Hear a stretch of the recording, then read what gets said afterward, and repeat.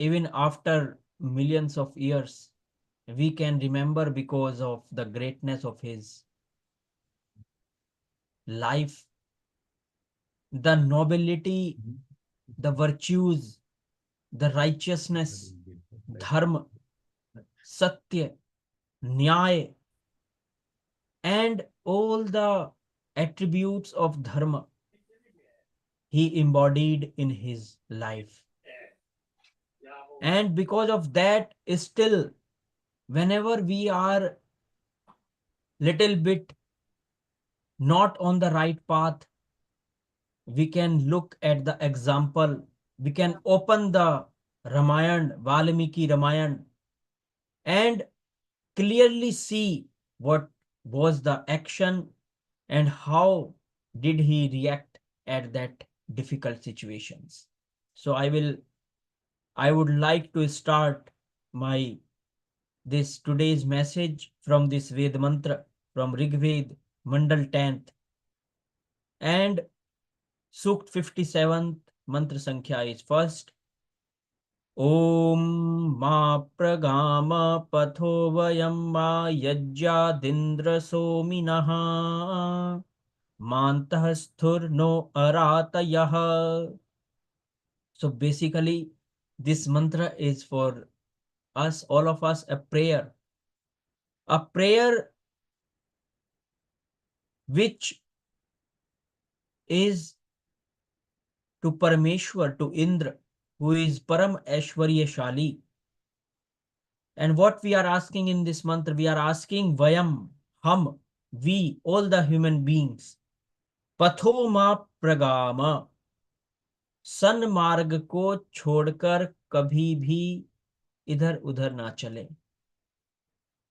May we never leave the path of dharma in our whole life. And then, so minaha, being able to be Aishwaryashali, to have all the riches of the world. This is the beauty of the Vedas, the divine wisdom. The Ishwar Vani tells us not to become daridra, not to become poor in any way, because the poverty of consciousness, the poverty of righteousness, dharma, and other divine attributes makes that poverty in our behavior, in our actions, which brings all kinds of wrong deeds in the life. And then the mantra says, Vayam yajjat, हम यज्ञ को छोड़कर मत चलें. This is clear. Vayam yajjat, we have to always, and what we all know the vast meaning of the yajna. Maharshi Dayanand ji, he was a very, I must say, a psychologist, who understood the what is the real significance of doing those Panch Mahayajna in our day-to-day life, because he covered almost all the parts of life in order to make a man dharmic in all aspects, in all the corners. And this Vedic parampara was lost in the medieval age. This parampara, Vedic parampara, was there in the Vedic Kal, but after the Mahabharata, the decline of the values in the society was predominant, and more people didn't know what to follow and what not to follow. That is why we don't find those examples of Panch Mahayajna most significantly after Mahabharata. But before, if we read Mahabharata, before if we read Valmiki Ramayana, we find every morning Shri Ram is doing Sandhyopasana. If every time, every evening, every morning he is doing Yajna. Why?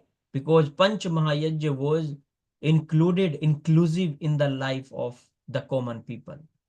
But because today we are running after this material gains, We are forgetting that we could be successful in all these material riches.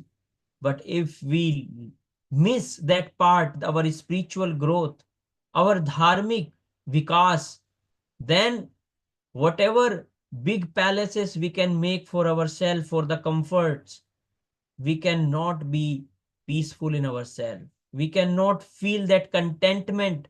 We cannot feel that peace and feel that joy, inner joy, which comes out of the spiritual progress in our lives. And that will come when we will follow the Ved Vani. And what does it say? That हम सदैव सन्मार्ग परे ही चलें, इससे ना हटें. And now let's see what Maharshi Dayanand in the 16th Samullas, in Raj Dharma Samullas, what does he is giving quotes after quotes from Manusmriti. And I just find one wonderful quote he gave. And in the beginning of the 16th chapter, 16th Samulas, he is giving the reference from Veda. He is giving so many. He does not talk without the proof, without evidences from the Vedas, from Upanishad, and from all over the Arsh Granthas. That Trini Rajana Vidathe Puruni Pari Vishwani Bhushatah Sadansi. कि ईश्वर उपदेश करता है कि राजा और प्रजा के पुरुष मिलकर सुख प्राप्ति और विज्ञान वृद्धि कारक राजा प्रजा के संबंध रूप व्यवहार में तीन सभा अर्थात विद्यार्य सभा, धर्मार्य सभा और राज्यार्य सभा नियत करे और बहुत प्रकार के समग्र प्रजा संबंधी मनुष्यादि प्राणियों को सब ओर से विद्या स्वातंत्र्य धर्म सुशिक्षा और धनादि से अलंकित करे. So if we look at the structure of the in our life, the pattern of the structure of our society, we have to see, is there Vidyarya Sabha in our society or not? Is there Dharmarya Sabha in our, of course, Dharmarya Sabha is there in the form of APSA. Dharmarya Sabha is there in order to guide the society towards the righteous direction. And we have to see if there is Rajarya Sabha, because Rajarya Sabha and Vidyarya Sabha can be said the Gurukuls, where the children can be taught the sanskar, the Vedic sanskar, the mulya, the values, the Vedic values which are eternal, which are universal. We will find no discrimination in the Vedas, in our Arsh Granthas. They are meant for every living being on this earth. So we have to see how we can make our Shastras useful for our next generation. That is our responsibility. If we will not make them access, we will not make our Shastras accessible to our next generation. Again, the time that indomitable courage Maharshi Dayanand shown in his lifetime, he sacrificed, and all his disciples sacrificed their lives. For what?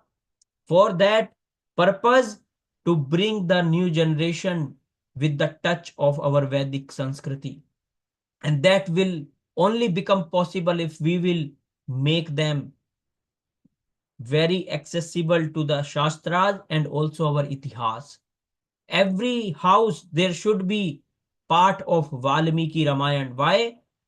Not because we have to do kathas, not for the sake of kathas, but for the sake of installing Vedic values in the children. How children will know that. And recently in my own life, sometimes when we feel that what should be done, what book we open the life of Maharshi Dayanand, what he was doing in his life, his Atmacharitra, and the life of Shri Ram, of Shri Krishna, from where we get the clear message, the clear example of how can we uplift our consciousness, how can we make those decisions which are difficult to make in the life, but only with the help of the examples of the great Mahapurush we can do that. So now I'm going to give you some shlokas from Valmiki Ramayana, and the time is when Raja Dashrath called in the first and second sarg of Ayodhya Kand. He called a meeting of all his consultants, Rishi Vashisht, Rishi Vamadev, and all other the neighbor kings in order to consult with them that I'm going to get old and I want now to choose a new king. So you tell me which is the best king at this time in my Ayodhya. And when all the people are gathered in the Raj Bhavan, then he asked, I'm thinking about Ram. And when he took the name of Ram, everyone was just in joy. They started doing Jaghosh, Janaghosh. But then this is we should learn how a king should be. A king can never be elated by his emotions. Then, when all the rajas and all the kings and the consultants were with one in his voice, he said, now I have a question for all of you. And they were surprised. What question now? He said that, am I not a good king? That suddenly when I took the name of Ram, you started telling that, yes, make him the king, Yuvraj. Am I not doing good towards the praja, towards the subject? Then, because he wanted to go more deeper into the conscience of the people who are near to him so that he does not make any mistake. And when he does that, he asks this question, then the true emotions, the bhav towards Ram comes out of the heart of the people. And what do they say? All of them, they say in this second sarg, Ramah Satya Purusho Loke Satyah Dharma Parayanaha Sakshadram Dvinivritto Dharmaschapi Shriyasah, कि वह सत्य परायण श्री राम लोक में वस्तुतः श्रेष्ठ पुरुष है, उन्हीं से धर्म और अर्थ को प्रतिष्ठा प्राप्त हो रही है. He is the best example of dharma and artha, how to become righteous, noble in the actions. That is Shri Ram. And also, then so many dharmajjah satya sandhascha शीलवानन सूयकः शान्तः शान्तवैता सलक्षणः कृतज्जो विजितेन्द्रियः, कि वे धर्मज्ञ हैं, सत्यवादी हैं, शील युक्त हैं, ईर्ष्या से रहित हैं, शांत हैं, दुखियों को सांत्वना देने वाले हैं, मधुरभाषी हैं, कृतज्ञ हैं, जितेंद्रिय हैं.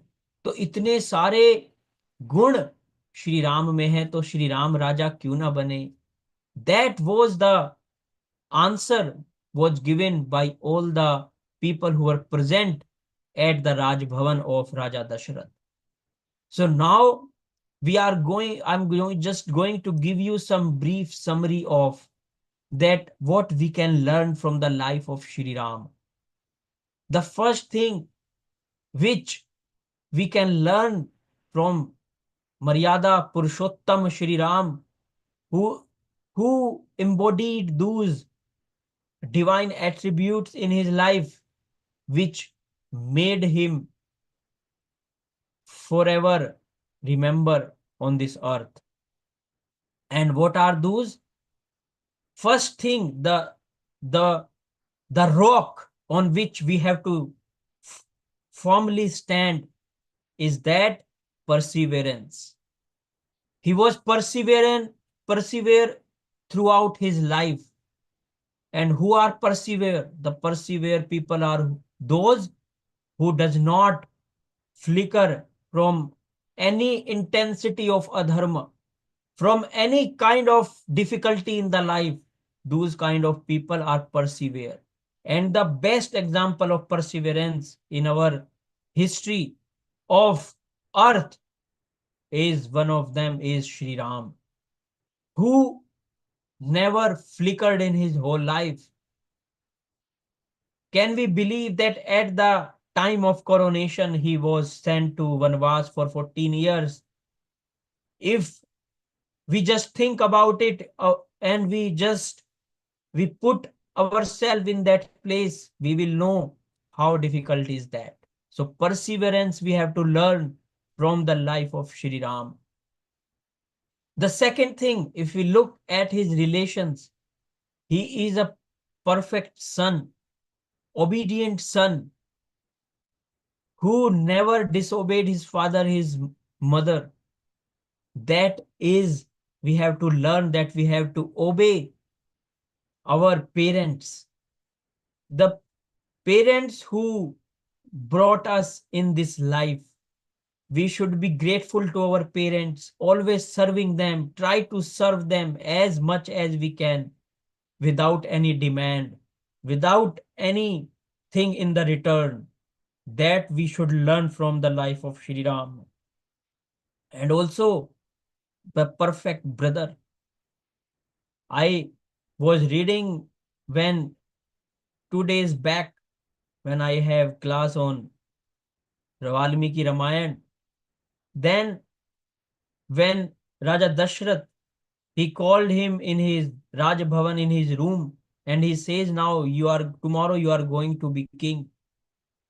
Then the first thing, what does he do?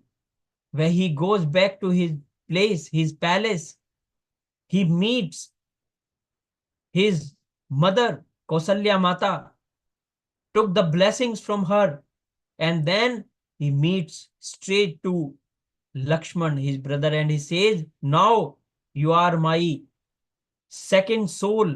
I cannot think anything without you. You also enjoy this Rajya with me. You come with me, oh brother. That should be the feeling in our relations.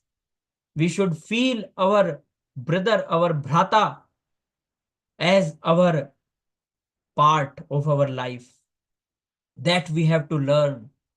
We have to see as husband how, as a spouse, he was perfect. Look, to protect Sita from Ravan, he went across the ocean and to the Lanka in order to fight with him. That should be the attitude. That should be a perfect man like Sri Ram. A friend.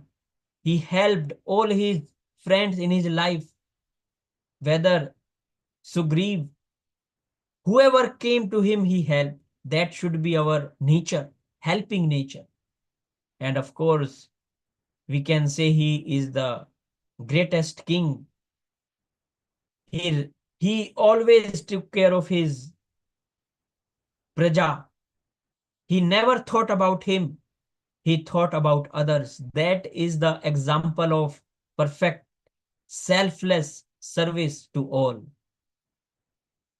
And the lessons we can learn, that we have to be like that, be rooted in the values, and we have to make our children also rooted in the values. Even if there are hard difficulties, there are difficulties which are challenging in our life, we have to set an example that we have to follow the Mahapurushas in our life.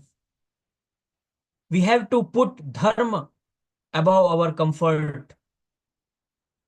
We have to lead the society with integrity, not with greediness or selfishness. We have to, if we are loving, if we are taking care of the society or the family, we have to do it with loyalty. And also, we have to just learn how to serve selflessly, not for recognition, not for the sake of location, but for the sake of service. that we have to learn from Shri Ram, who never in his whole life, if he has done so many things for others, he never mentioned anything from his own mouth that I did it for you. That humility we have to cultivate in our life. As the a branch of a tree becomes heavy with the fruits and it comes down towards the ground, that should be our attitude. More and more we are in the values, cultivated in the values, and more we our life will become humble towards the others. That is why if we look at the principle Maharshi Dhananji gave, this wonderful Vedic principle, one of the 10 principles of Arya Samaj, सबसे प्रीति पूर्वक यथा योग्य वर्तना चाहिए धर्मानुसार. So we have to make this clear in ourselves that we have to be humble in our actions. Even if we have to do khandan, if we look at his life, Maharshi Dayanand's life, he did so many shastras, he did khandans, but he was always humble towards people. He was never bitter to anyone in his life. That is the example of the greatest yogi. We can see that in our life. And also, the dharma should be reflected into our actions. Satya, ahimsa, that should be part of our life. But many people confuse ahimsa, non-violence, with the cowardness. That we should not do. There are many mantras I can quote in front of you which says that you have to protect yourself, your country, your nation from the all evil, wicked kind of people. That is our responsibility. To protect ourselves is our responsibility, is our duty. To protect the Shastras is our duty. To protect the Dharma is our duty. Don't forget, when Rishi Vishwamitra came when he was only 14 years old, in order to kill the Rakshasas who were disturbing in his yajna, he took Ram and Lakshman at they were 14 years. How? Why? Because to protect the yajna, to protect the dharma in the society. That example he put in front of us. We have to protect our shastras, we have to protect our yajna, we have to protect our values. And for that, we should be fearless. For the sake of protection of the dharma and righteousness in the world, we have to stand firm on the rock of perseverance and noble resolutions. Shubh Sankalpa. The discipline we have to learn from the life of Shri Ram.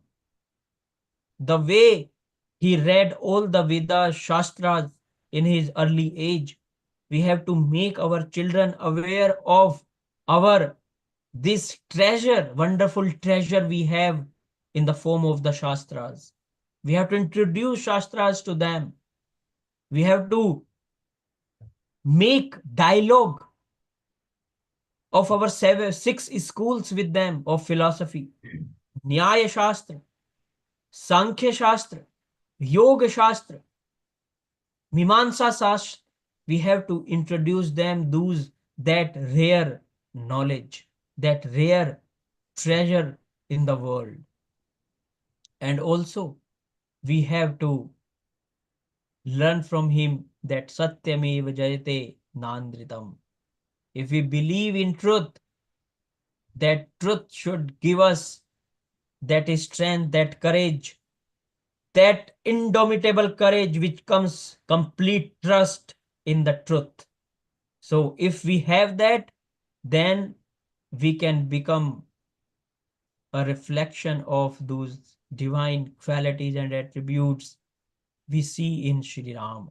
That is the purpose of remembering Shri Ram on this Ramanavami to become dharmic, loving to our Shastras, and all the time to be always guided by the divine wisdom, Vedvan. Dhanyavad. Thank you so much, Acharya for drawing a parallel of the teachings and the inspirational life of Sri Ram to the our Vedic values. Just summarizing a couple points, the inspiration that we get from life of Sri Ram is living a life guided by righteousness and moral principles. We should strive to develop self-control, courage, and resilience, grit, cultivating compassion and empathy towards all. We should nurture strong and selfless relationships, strive for just and benevolent leadership, and of course, embrace the spiritual wisdom while maintaining strong faith in Ishwar. Thank you so much for giving us this inspiration. Reminder to all to please register yourself for the upcoming Arya Sammelan. The website is ams.aryasamaj.com. If for some any reason you may run into a problem, you're welcome to call anybody from the executive team, from the Sammelan team. We can help you register over the phone as well, just with a credit card. So thank you again for joining this morning. May I request Acharya to close the session with Shanti Pa and Jagdish. Shanti Part. Om Dyahu Shantirantarikshan Shantihi Prithivi Shantirapah Shantiro Shadhayah Shantihi Vanaspatayah Shantirvishve देवाः शान्तिर्ब्रह्म शान्तिः सर्वं शान्तिः शान्तिरेव शान्तिः सामा शान्तिरेधि ॐ शान्तिः शान्तिः शान्तिः जो बोले सो अभय सत्य सनातन वैदिक धर्म की जय ब्रह्म ऋषि गुरुवर विरजानंद जी की जय युग प्रवर्तक महर्षि दयानंद जी की जय मर्यादा पुरुषोत्तम श्री रामचंद्र जी की जय योगेश्वर श्री कृष्ण जी की जय सभी संतों महात्माओं ऋषियों की जय संसार की सभी विदुषियों की जय आर्य समाज अमर रहे वेद की ज्योति जलती रहे ओम का झंडा ऊंचा रहे किण्वंतो विश्व माल्यम वैदिक ध्वनि ओम